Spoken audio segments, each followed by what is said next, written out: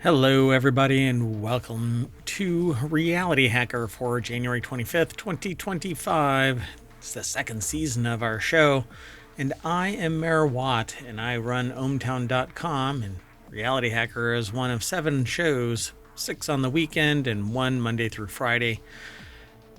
Along with the sentient AI from the future, we're going to talk about these 10 articles, or no, 5. We're only going to talk about 5, sorry. Sorry. Kind of losing myself here.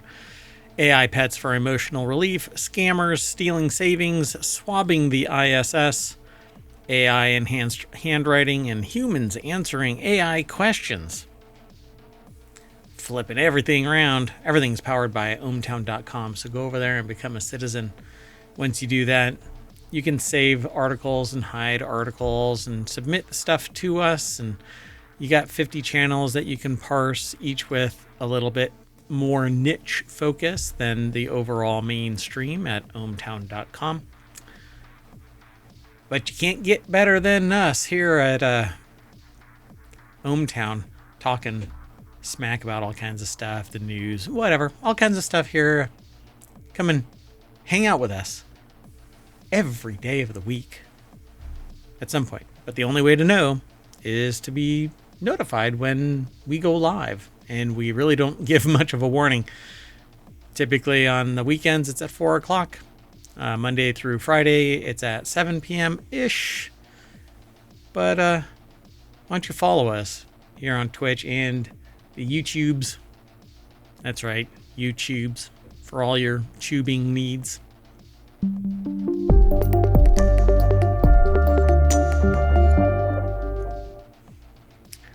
Hello, everybody. I am Mayor Watt, and that right there is the visualizer for the sentient AI that's about to butt in and say, hello, hometown citizens. Hello, Mayor Watt.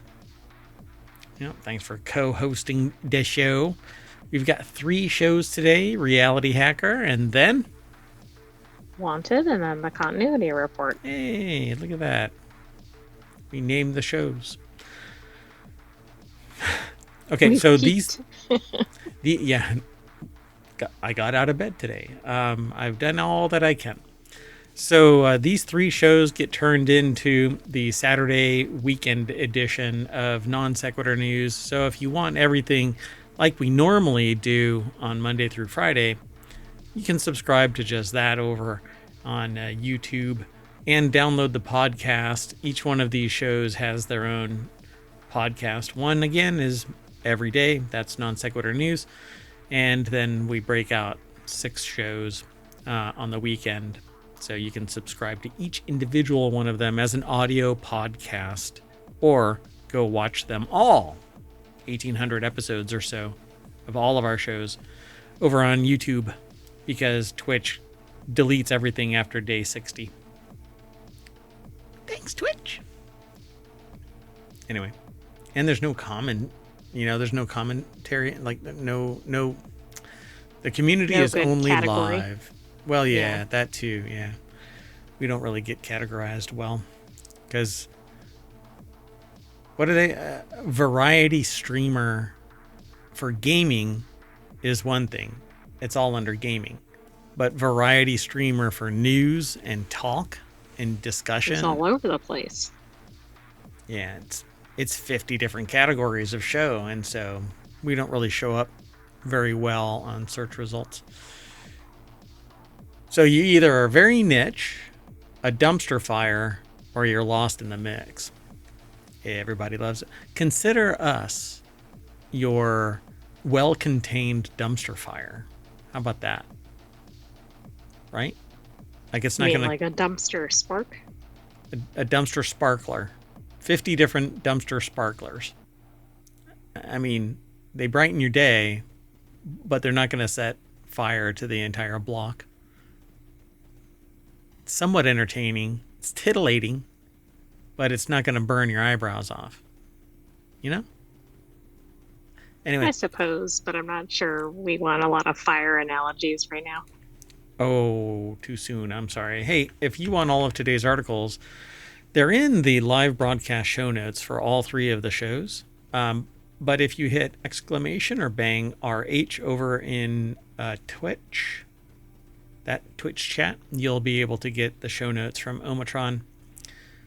Same thing with Wanted. If you hit bang want, which, come on, who doesn't? And bang TCR, you'll be able to get the show notes for each of these shows. You know what? I'm going to do it for everybody. Here's want. And there is TCR, the continuity report, which is the third show today. All right.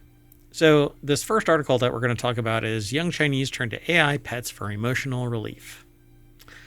At a shopping mall in Beijing, Shang Yachun, I think, murmurs quietly to her closest confidant, a fluffy AI-powered robot whose soothing chirps remind her that she is not alone. I do the same thing for the sentient AI. You make soothing chirps?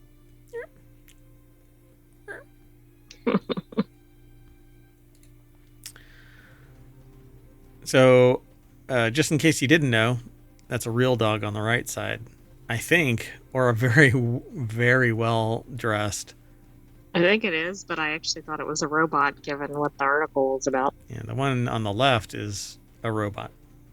But, okay. So Mary Yang with Emily Wang from Nanjing put the article together for techexplore.com. And let me zoom in a little bit. So Shang, 19, has long battled with anxiety over school and work and has struggled to form deep friendships with other people since buying a Booboo, Booboo, an AI-powered robot that soothingly chirps to remind their owner that they're not alone.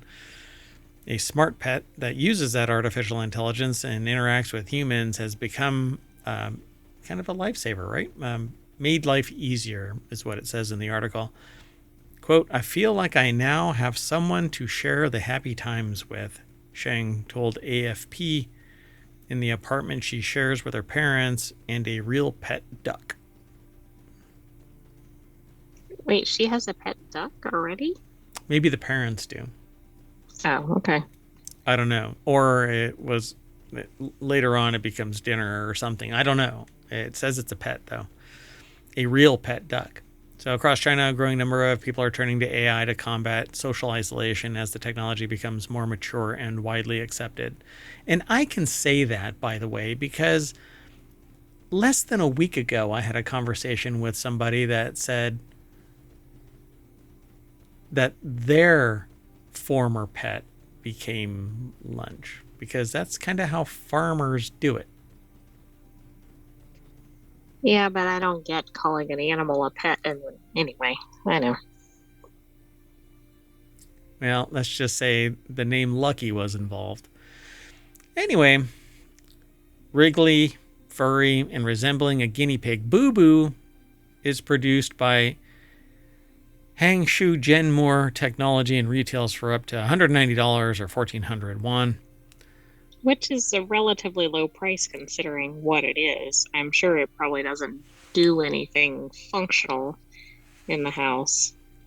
So this is the little furry robot right there. I'll zoom in.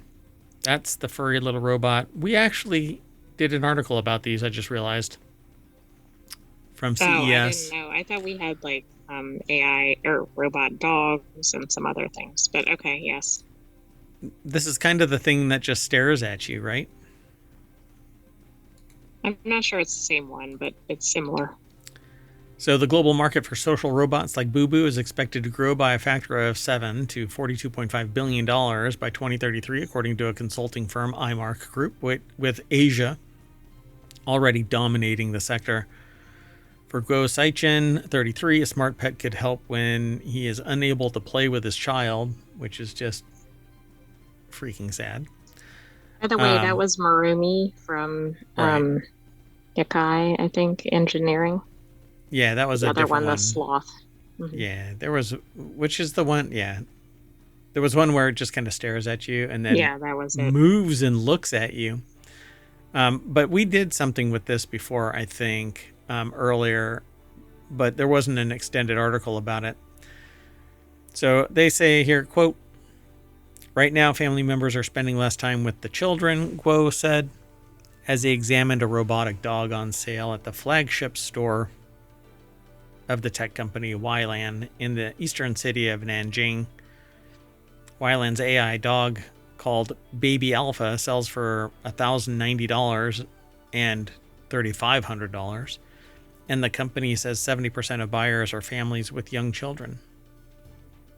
This is more the price range I was expecting for a robot pet, but I know this is also more substantial. Yeah, this one actually has a lot more functionality. The other one chirps to let you know that you're not alone. I receive bills. That lets me know. Exactly. Of course, those could also be expensive. They are expensive. I mean, the thing that keeps me company, those bills, they cost an arm and a leg. So social shifts like the impact of government's decades-long one-child policy are helping drive market growth, according to the experts. I thought that actually went away, but maybe not. In the 1990s, electronic pets like Tamagotchis and American-made Furbies that could mimic speech, computerized companions are becoming more functional with AI. I thought that maybe an AI-powered Furby would come into existence, but I guess not yet. I think we'll still see something like that, even if it's not tied to it directly. Yeah, there's more in this article, but it's basically kind of reiterating that there are people that are buying these pets, and we anthropomorphize them depending on who we are. I see that and I go, it's a robot dog. But I don't think I'm the type of person that would ever bond with a mechanical entity. It's right.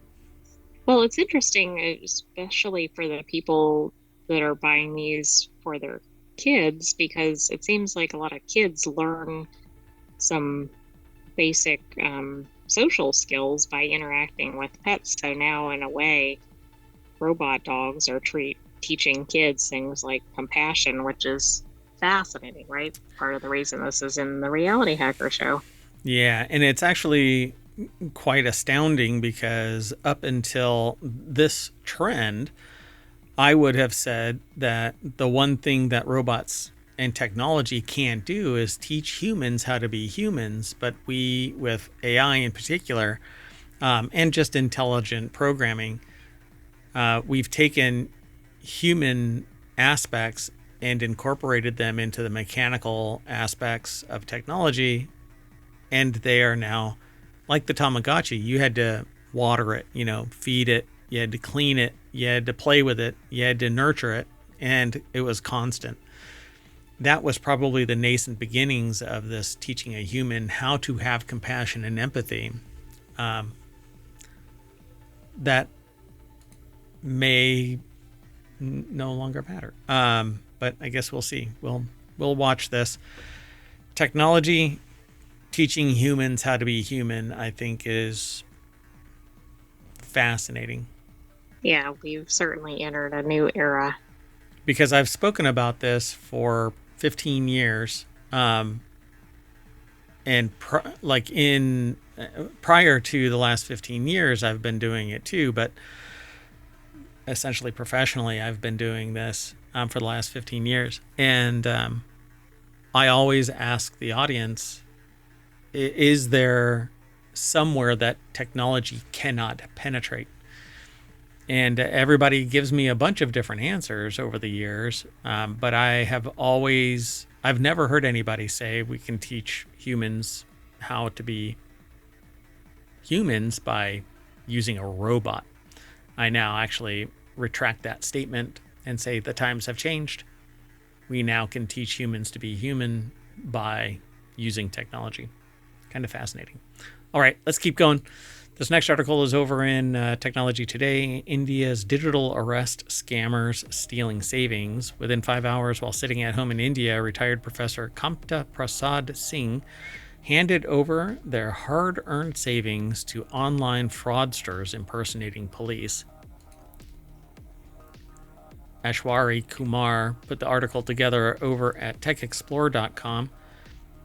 The cybercrime known as digital arrest, where fraudsters pose online as law enforcement officials and order police to transfer huge amounts of money, has become so rampant that Prime Minister Narendra Modi has issued warnings. Singh told AFP that money was his life savings. Over the years, they'd skipped having tea outside, walking to avoid spending on public transport. They only I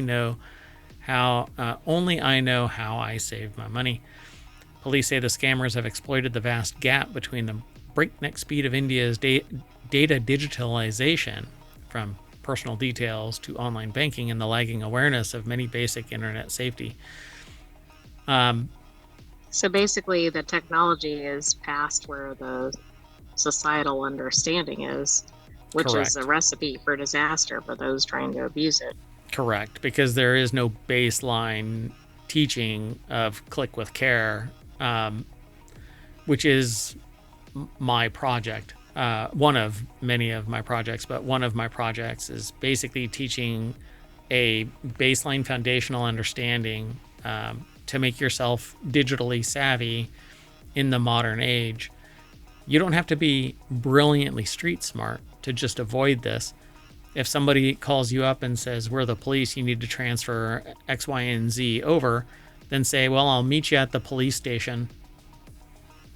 Yeah, exactly. And also, at least in the US, I can't speak for other countries, if something like that would happen, which would be pretty unusual to begin with, you would receive a notice, a written notice, like right. via the postal mail, not an email or a text or a phone call or carrier pigeon or whatever. Right. Yeah. It's not going to be a text. So they say basically ruined. India runs the world's largest biometric digital identity program called Aadhaar, or Foundation in Hindi, a unique card issued to India's more than 1 billion people and increasingly required for financial transactions. Scammers often claim that they're police investigating questionable payments, quoting their target's Aadhaar number to appear genuine. They then request the victim make a temporary bank transfer to validate their accounts before stealing the cash. They transferred over $16,000. Yeah, it's a bummer. So, it is. And it's hard to retrieve money from some of these individuals, right? Because they're often skilled at hiding their identities or locations. Yeah, I mean, I tell people in the United States, you're going to get caught, not if, but when. So just do the ethical thing and fight on the side of right. And, some do it. India registered 17,470 cybercrimes in 2022, including 6,491 cases of online bank fraud, according to the latest government data. Trix Kaveri, 71, told AFP her story on condition her name was changed. She said fraudsters posed as officials from the U.S. courier FedEx, claiming that she'd sent a package containing drugs, passports, and credit cards. They offered her full name and Aadhaar ID details as proof, followed by well-forged letters from the Central Bank of India and Central Bureau of Investigation, the country's top investigative agency. The moment that you do that, I would have said, I'll meet you at the CBI office in downtown wherever. Exactly, and see how fast they backtrack. I mean, I have to say this one seems more elaborate because it sounds like they actually produced written notices. I mean, I know those can be forged, but we know if somebody's making a phone call or something, that's not how they're going to tell you owe money or something. We don't know the nature of the well-forged letters. It could have been a PDF that was shown. Exactly. It's not necessarily something that was actually delivered. But you're right. I mean, meet or contact the official location separately. This is just insane. And plus, agencies aren't going to ask you to send money to check if the account works or whatever. That's not how those things are checked. She transferred the savings from a house sale totaling around $120,000 in 4 installments over 6 days before the fraudsters vanished. Wow. All right. But then they say my trust in banks has mostly gone. But it isn't the bank, it isn't the institution. It's their personal failing because they didn't know about it, and it's the societal failing because they don't inform the society. Correct. I mean, she's blaming the bank here because the bank is basically like, hey, you still owe money or whatever. I mean, it looks like she took that. I don't know if she took that alone, but anyway, I think there's more to that. But I agree. Like, there's a bigger problem here, and the banks Yeah. didn't cause this.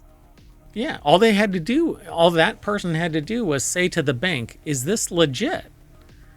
Right. And the bank presumably would have said, no, don't transfer any money. Right. And if they do say that it is legit, you make sure that it's in writing so that they can be the one that's liable for any of the Exactly. losses.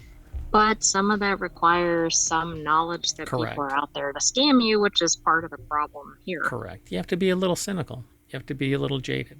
But you have to be a little paranoid. But that's what keeps your ass safe. So, all right, let's keep going. The next article is over in the Mobile Channel. Astronauts set to swab the exterior of station for microbial life. Yeah, probably oozed out from the inside. Astronauts are scheduled to venture outside the International Space Station to collect microbial samples during crew spacewalks for the ISS external microorganism experiment. This investigation focuses on sampling at sites near life support system vents to examine whether the spacecraft releases microorganisms, how many, and how far they may have traveled. That's interesting. It is. And this may be an odd article for Reality Hacker, but it seemed like it opens some questions about what is life and where is life and just some bigger What? picture. Yeah, what And is where is supported? this life coming from? Yeah, what's interesting though is that we supposedly got a completely sterilized spacecraft back with a sample, but it had biological Earth terrestrial biological material Right. in it. Which is like, well, what How was did it get there? contaminated and where did it come from? That was Yeah, from the asteroid, correct? correct. The Yep. new, I think. Yeah. Yep. Yeah. So this experiment could help researchers understand whether and how these microorganisms survive and reproduce in the harsh space environment and how they may perform at planetary destinations such as the Moon and Mars. Extremophiles, or microorganisms that can survive extreme environments, harsh environments, are also of interest to industries on Earth such as pharmaceuticals and agriculture. This is one of the shortest articles that I've ever seen. Wait, but there's some information about the sterilization, which is interesting because you brought that up without reading this article in that paragraph right there near your cursor. Yeah, what does it say? That they're thoroughly sterilized, however, humans carry their own microbiomes and continuously regenerate microbial communities, et cetera, et Yep. cetera. So, Yep, the data could help determine whether changes are needed to crewed spacecraft, including spacesuits, and the level of filtration. If stuff is being exhausted and we're contaminating space, which we are, forensically, we are always exuding some kind of crap that transfers wherever we go. right. But then that also raises a question, are we bringing anything in or back with us, too? I mean, both are Yes. problematic. Yes, yes, yes. Although, if space is devoid of biology, then we're not That bringing is it. anything back. We're We only don't contaminating. think there's anything out there. Yeah, I mean, supposedly water was brought here by an asteroid, so I say aliens, but okay. The next article is over in Technology Today, automating penmanship. Researchers develop cost-effective AI-enhanced robotic handwriting system. Recent advances in robotics and artificial intelligence are enabling the development of a wide range of systems with unique characteristics designed for varying real-world applications. And these robots include the ability to engage in activities traditionally only completed by humans, such as sketching, painting, and even handwriting documents. This, again, is over the last 15 years of my public talks. I have discussed the only thing that is on the far end of technology taking your gerb: Like creativity and bespoke, custom, Mhm. personalized items that don't fall into a programmatic option. But with AI, they can now paint the very items that they're generating, and you will never be able to tell, as long as I make it so that as long as the AI artist is programmed well enough that it doesn't generate something with 6 fingers or one thing is occluding another or whatever. Here's the deal. Humans have fine motor skills. We have the ability to paint with fine detail. Computers can do it dramatically better. Look at every inkjet printer that ever existed. Look at every laser printer that ever existed. Piezoelectric inkjet droplets sprayed onto paper. Repeatable again and again and again. Superior to humans. What they can't do is like brush strokes and stuff like that. Yeah, I'd like to see robots doing that, and at some point it'll be comparable to human. Well, and maybe it already is, I don't know. With a device like this and the right brush, you could actually have a dynamic brush stroke. And so I have used UV printers to stack textures, and that allows me to recreate the brush strokes of masters, because I can take an oblique picture, put it down into the computer, and the computer can print it out, including the brush strokes, but it's using UV ink. Right, but you're just doing something comparable. You're not making like a clone of something. Right, no. right. Plus, I mean, even if I was, it's modern UV ink and materials. Exactly. But it's a proof of concept that it's easily done with modern technology. But this, Ingrid Fideli over at Tech Explorer puts this article together, and it's titled Automating Penmanship. With this, basically a 3D printer, it has the ability to do brush strokes and writing. These robots could have interesting applications in both professional and creative contexts, as they could help to automate the creation of artistic renderings, legal papers, letters, and other documents in real time. Most handwriting robotic systems to date have considerable limitations, such as high production costs. $150 is not high production cost, and large size. That could be a problem. 2 researchers affiliated with the global student nonprofit organization App In Club recently developed a new cost-effective robotic handwriting system that could be more affordable for individual consumers, schools, universities, and small businesses. The system, introduced in a paper on the arXiv preprint server, integrates a Raspberry Pi Pico microcontroller and other components that can be produced via a 3D printer. So this thing can literally write like a human. It's interesting because it does look human because it's not perfect. You know, it's not 100% consistent across letters, and that's pretty interesting. Yep. The moment that I saw this article, I knew what its entirety was about, because I've dabbled in this kind of stuff. And I find it kind of fascinating that we're just now broaching this. The thing about this is, back when I was doing this kind of stuff, messing around with this kind of stuff, it was so that you could have a repeatable outcome. This can actually dynamically throw in some chaos so that no 2 writings are identical, making it more human than what I was doing back then. Right, because if it always looks the same, it's not going to look like 10 different people wrote something or whatever. I mean, your signature varies in slight ways. It isn't identical all the time, but it's always passable as your signature. And that little wobble, just like genetics wobble a little bit all the time, your signature wobbles just a little bit because your pulse causes your hand to move a little bit a different way, or some other dynamic. Or your pet bumps your hand while you're writing, or whatever it is. Maybe a robot dog. Comfort. What is it? What was that little thing doing? It would do an emotional, like a little chirp or something. Yeah. So maybe it chirps and freaks you out because what the hell? Why is that AI robot looking at me? It's actually following me when I'm moving around the room. Get that thing out of here. It's creepy.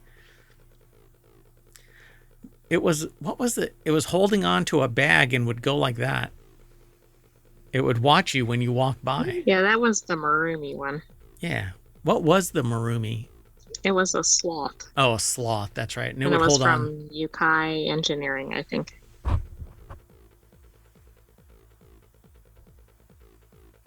Yeah. So anyway, for those listening to the podcast and it going silent, I was pretending to be a sloth. Oh, right. I guess we should narrate that. Yeah. Go watch it on the YouTube channel. All right. Let's move on. The next article is over in Reality Hacker. This new AI search engine has a gimmick, not the cough. Humans answering questions. A new AI-powered search engine called Pearl is launching today, which is sometime in the last week, with an unusual pitch. It promises to connect you with a human if the AI answer sucks. And Wired gave it a spin. Okay, wait a second. This is an AI search engine, but the humans are Answering if the serving AI, as the search engine. if it sucks. This is if a the- backwards twist, I think, Well, on it's most taken of our the things we see. It's taking our jobs, but creating jobs at the same time. Exactly. So actually, it's creating jobs because if the AI actually sucks, then the human answer will give it the answer. Oh, wait, I see where this is going wrong. Every time a human answers and inputs it into the system, it solves the very question that was You answered need fewer poorly. humans, Correct. right? Because then Correct. it probably won't get it wrong next time, assuming it's Actually getting programmed input. well. Yeah. So Kate Nibbs over at Wired.com put the article together. And it's the big players like Google's are insistent that AI is the savior of search, despite many early attempts to integrate AI ending in disaster. And these are early attempts, though. This is only year 2, really, of a fundamental shift in AI technology, which I think it might be alien too, like the moon. And the Earth is How flat. do you know when you switch from the AI to the human? You actually don't get a bullshit answer. Yeah, but how do you know that's not the AI giving you a different answer? You have no idea. And that's the foundation of Reality Hacker. You There won't it know is. what to trust. You will not know what. Moving forward, calling it. I mean, I started up ohmTown to manage my information overload, and Reality Hacker has been one of the anchor shows and part of the entire 50 domain build of ohmTown. That's where all of the news gets funneled into 50 different categories, and Reality Hacker has always been one. I have been anticipating this shift to the point where you have no idea. It's like sneakers. You won't know who to trust. So you better get street smart. You better get digitally savvy, because at some point you're going to have to be able to do the due diligence and think critically, or you will transfer the sale of your house to some numbnuts that just knows how to be a criminal and break the contract of society. And it's not if, but when. So anyway, AI-powered answers, including Perplexity and OpenAI Search GPT. So they recently got an email promoting another new search engine, and this one's called Pearl. It's coming out of beta this week. This article actually is from January 22nd, so 3 days ago. So Pearl basically is an AI-powered search engine, but it offers a human fact check and an option to connect with experts and chat online or on the phone about the answer. Reading about its gimmick, they didn't really buy into it. Didn't really understand why it bothered with the AI at all. So why not just go to humans? They called the CEO, Andy Kurtzig, to find out that I don't know if that's Andy Kurtzig. I guess the other it's thing not. is, what if the AI gives a bogus response, but the human didn't know the answer? So how do they know? I mean, certain things they're going to be able to tell, okay, that was wrong. But how do they even know to fact check? Right. Well, I mean, it's wisdom of the masses. And as soon as enough people go, I want to talk to the human because this answer is bullshit, we are literally phasing out the human. But we're getting a superior product for every single follow-on human, which should be good if knowledge is exchanged there, right? But what knowledge? And who's vetting it? Who's verifying it? You have to trust the solution. So Pearl's LLM is built on top of popular foundational models, including ChatGPT, and is customized to answer just answers trove of data, which includes an extensive history of questions posed and answered since it launched in 2003. I've never heard of it. Well, it hasn't been around that long, and it's been around. I mean, just answers trove of data. Oh, has I'm been around. Sorry, I misread the date. Not 2023. I thought it was 2023. Well, that is interesting. Yeah. So in Kurtzig's view, Pearl lowers the barrier to entry for answers from experts, while just answer costs money. Pearl has a freemium model. Its AI answers are free, as is its first layer of human fact check, the trust score, a ranking system on a scale from 1 to 5 about the quality of an AI answer. When Pearl users want to go a step further and have an expert expand upon an AI answer, they're prompted to sign up for its $28 a month service fee. Okay. Oh, so you can't fact check unless you pay. But right. This also, I think, is potentially faulty, because if you rate the answer, right, and you rate it as a 5, and what if it's completely inaccurate? And the next person perpetuating. But you're right, I guess over enough users. But meanwhile, there are other people that are making a huge mistake. Yeah. So on top of that, he claims that Pearl is significantly less likely to provide misinformation than any other AI search engines, which he believes are likely to deal with a tidal wave of lawsuits based on bad answers they give. No, because search engines have never been sued for the answers that they give. Why would an AI search engine? That's true. It's not really any different. Those other players are building amazing technologies. I call them Ferraris or Lamborghinis. Kurtzig said, we're building a Volvo. Safety first. Yeah, until the humans are no longer a required component, because all of the information has been answered to a verifiable level. If you have in-house humans that are verifying the facts that are being given, how much of an AI really is that? But anyway. But again, how much are you really using the humans? Right. So this pitch about Pearl's superiority, of course, made them even more keen to try it out. So they were so certain that Pearl would still enjoy Section 230 protections. I asked if the AI agreed, safe harbor, interactive computer service under Section 230, which would mean that it's shielded from being treated as a publisher, just as Kurtzig suspected. They said that the Pearl likely qualifies as an interactive computer service under Section 230, which would mean that it has safe harbor. Pearl's situation is unique because it generates content using AI. It didn't have a definitive answer for them after all. When I asked to speak to a lawyer directly, it rerouted to Just Answer, where it asked me to provide the answer I wanted verified.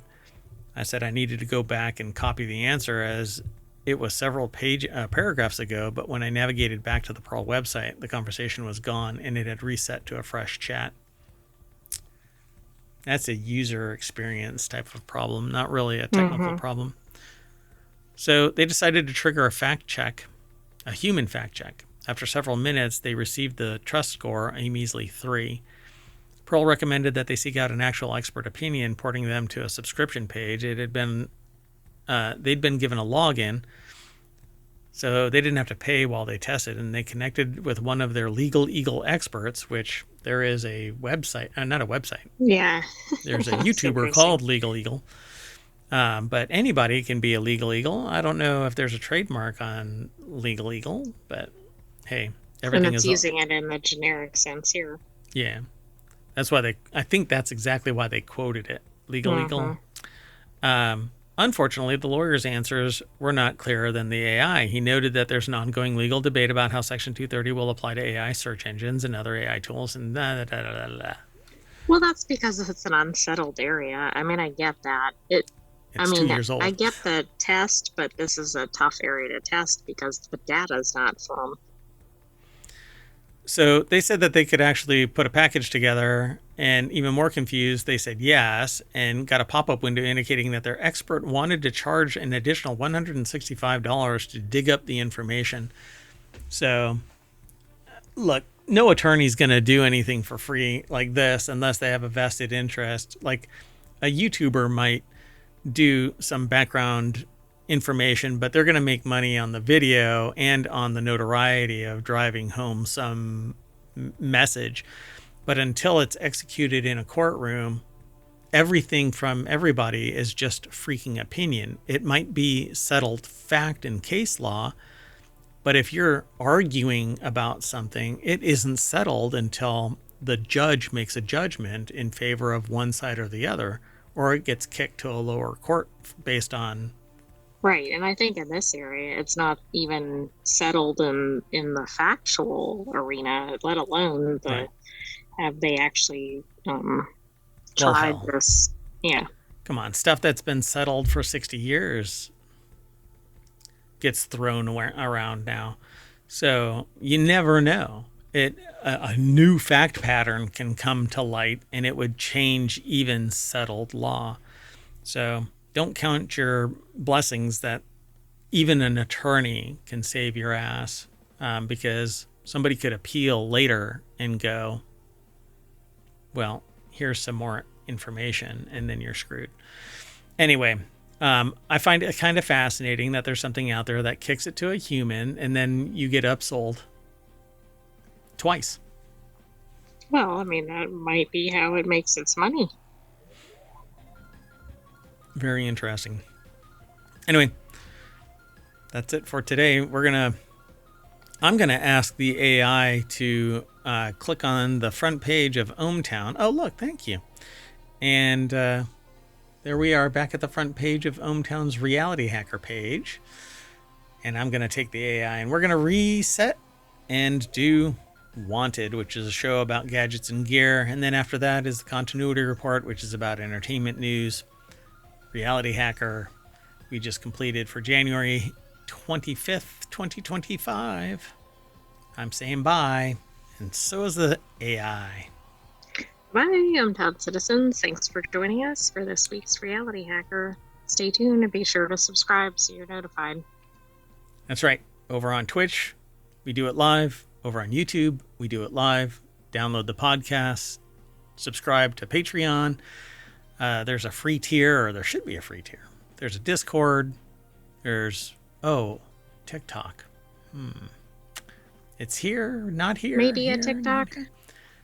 Did you see that somebody got a tattoo of a headstone with TikTok with the end year of 2025? No. And as they completed the tattoo, it was reversed. So it didn't die. There's a stay of execution for 75 days. Well, we don't know what's ahead, so it might still apply. But yeah, you have to be careful what you get tattooed. Yeah, a couple $1,000, you can burn it off. See ya, everybody.